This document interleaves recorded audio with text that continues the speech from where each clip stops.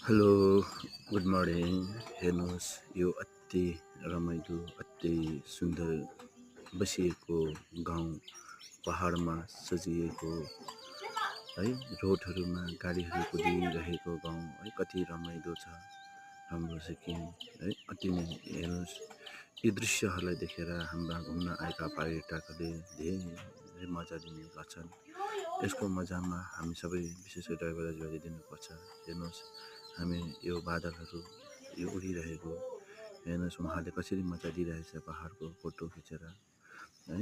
यो फोटो खिच्नु, यो मजा लिनु भनेको हाम्रो सान सम्मान बढ्नु नै हो। यहाँ धेरै गाडीहरूले रोकेर धेरैभन्दा धेरैजनाले हेरि नै रहेको छ, हेराइरहेका छौँ।